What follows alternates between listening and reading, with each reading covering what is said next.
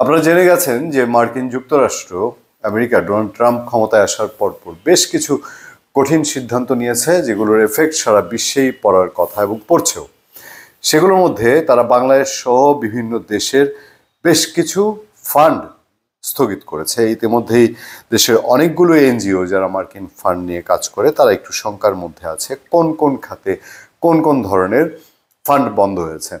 আপনারা জানেন যে রোহিঙ্গা সহায়তা অব্যাহত থাকবে, কিন্তু কোথায় কি ধরনের বাংলাদেশে প্রভাব পড়বে এটা নিয়ে বিস্তর আপনারা জেনেছেন কিনা। ডোনাল্ড ট্রাম্প আমেরিকার পাগলা ঘোড়া ক্ষমতায় আসার সাথে সাথে বেশ কিছু তুফান এই দক্ষিণ এশিয়ার উপর দিয়ে যেতে পারে এবং বাংলাদেশের দিকে নজরটা একটু বেশি। কখন কি আমেরিকা করবে বোঝা মুশকিল, কিন্তু আমাদের সামনে একটি খবর আছে, সামান্য আপনাদের এখানে একটু চোখ বোলাতে চাই। সেটা হচ্ছে বিদেশে মার্কিন সহায়তা স্থগিত করতে ডোনাল্ড ট্রাম্পের নির্বাহী আদেশের প্রভাব অন্যান্য দেশের মতো বাংলাদেশে পড়তে শুরু করেছে। বিবিসি বলছে বাংলাদেশের এফেক্ট পড়তে শুরু করেছে। ইতিমধ্যেই দেশটির অর্থায়নে চলমান প্রকল্পের কাজ বন্ধ বা স্থগিত করা হয়েছে। কোনো কোনো প্রতিষ্ঠান প্রকল্প সংশ্লিষ্ট কর্মীদের হোম অফিস করার নির্দেশ দিয়েছে বলে জানা গেছে। মার্কিন সহায়তা বন্ধের পর বাংলাদেশের পররাষ্ট্র উপদেষ্টা তৌহিদ হোসেন বেশ স্বস্তির সাথে বলেছিলেন যে এটা জানাই ছিল, এরকম হতেই পারে, তুচ্ছ ব্যাপার, মানে গায়েই কিছু লাগবে না। আমরা এনজিওতে যারা কাজ করেন, বেসরকারি সংস্থাগুলোতে, তাদের কিছু মানুষকে দেখেছি যারা এনজিওতে অনেক সময় কাজ করেছেন, দীর্ঘ অভিজ্ঞতা আছে, চেঞ্জ করতে চান, বেকার আছেন, অন্য কোথাও কাজ খুঁজছেন, তাদের হতাশার কথা আমরা দেখেছি, আমরা জেনেছি। এবং প্রতিটা পরিবার এক একটি গল্প, সেই জায়গায় এফেক্ট আছে। আমার এখন তৌহিদ হোসেনের কথাটা মনে হচ্ছে, তিনি যে কতটা হালকাভাবে জিনিসটা দেখেছিলেন। বিবিসির মতো সংবাদ মাধ্যম যখন বলছে এটার এফেক্ট পড়েছে, তখন আমরা আরও কি জানতে পারি। বিশ্বজুড়ে বৈশ্বিক সহায়তায় পরিমাণ দিকে থেকে যুক্তরাষ্ট্রের অবস্থান সর্বোচ্চ, আমেরিকা সবচেয়ে বেশি ফান্ড দেয়। সহজ বাংলায় বলে এনজিওগুলোতে 2023 সালে যুক্তরাষ্ট্র আন্তর্জাতিক সাহায্যের জন্য 61 বিলিয়ন মার্কিন ডলার খরচ করেছে।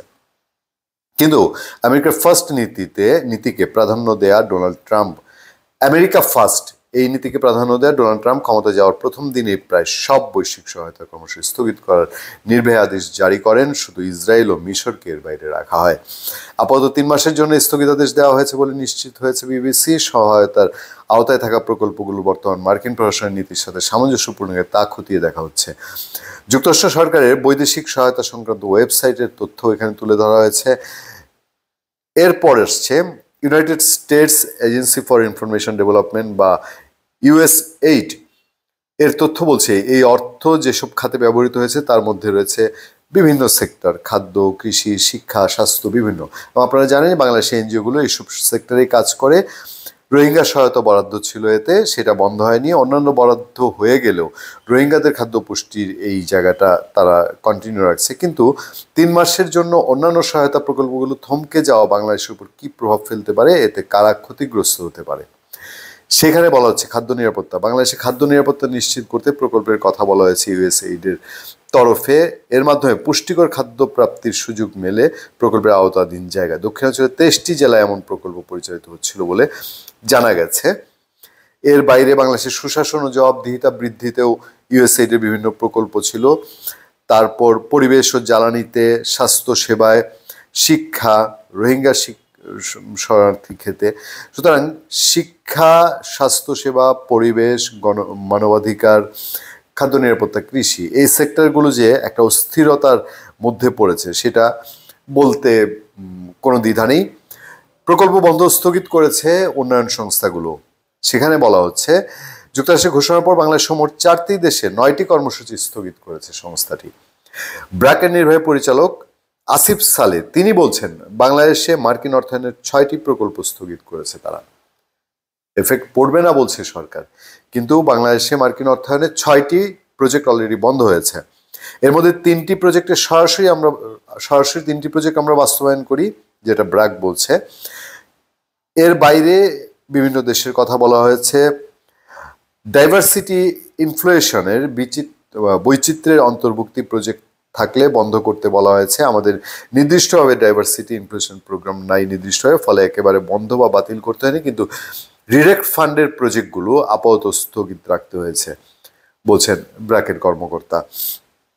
এরপর আরও বেশ কিছু তথ্য এখানে তুলে ধরা হয়েছে। পরিস্থিতি কতটা গুরুতর সেটাও তুলে ধরা হয়েছে। বাংলাদেশের স্বাধীনতার পর থেকেই প্রান্তিক পর্যায়ে কর্মতৎপরতা চালিয়ে আসছে এনজিওগুলো। সেই ক্ষেত্রে কৃষি, স্বাস্থ্য, শিক্ষা কিংবা জলবায়ু সংক্রান্ত যে প্রজেক্টগুলো আমেরিকার অর্থে চলছে, এগুলো যদি বন্ধ হয়ে যায় এই 3 মাসে, তো একটা সমস্যাই হবে। যদি রিভিউর পরেও কন্টিনিউ করে, সেটা কিন্তু বাংলাদেশের অর্থনীতির জন্য ব্যাপক চাপ তৈরি করবে। মানে 3 মাস পরে কন্টিনিউ করলেও বাংলাদেশের অর্থনীতির জন্য চাপ তৈরি করবে, এমনটাই বলছেন বাংলাদেশ অর্থনৈতিক সমিতির সাবেক সাধারণ সম্পাদক অধ্যাপক আইনুল ইসলাম। অর্থাৎ আমরা ডিটেল এই রিপোর্টে পড়তে গেলাম না, আপনারা পড়ে নেবেন বা আমরা লিঙ্কটা কমেন্টে শেয়ার করব। কিন্তু বাংলাদেশের অর্থনীতিতে মার্কিন যুক্তরাষ্ট্রের এই চাপ, ওই যে বলে না, হাতে মারবো না ভাতে মারবো। বাংলাদেশের ফিল্ড সেক্টরে কর্মসংস্থানে এনজিওর কতটুকু ভূমিকা আছে, আমি অর্থনীতি বা এনজিওর কর্মকাণ্ড নিয়ে বিতর্কের জায়গাটায় যাব না, কিন্তু এখানে ভূমিকা যে অনেক বড়, এটা কি কেউ অস্বীকার করবেন? অন্তত লক্ষ লক্ষ মানুষ তো পেটে ভাতে খেয়ে বেঁচে আছে, তাদের পরিবার বেঁচে আছে। আমরা ডোনাল্ড ট্রাম্পের খেলা দেখার জন্য আরো কিছুটা সময় অপেক্ষা করব। ধন্যবাদ সবাইকে, ভালো থাকবেন, সুস্থ থাকবেন। আবার দেখা হবে, আবার কথা হবে। আপনাদের সাথে আমি আতিক রহমান, পূর্ণিয়া।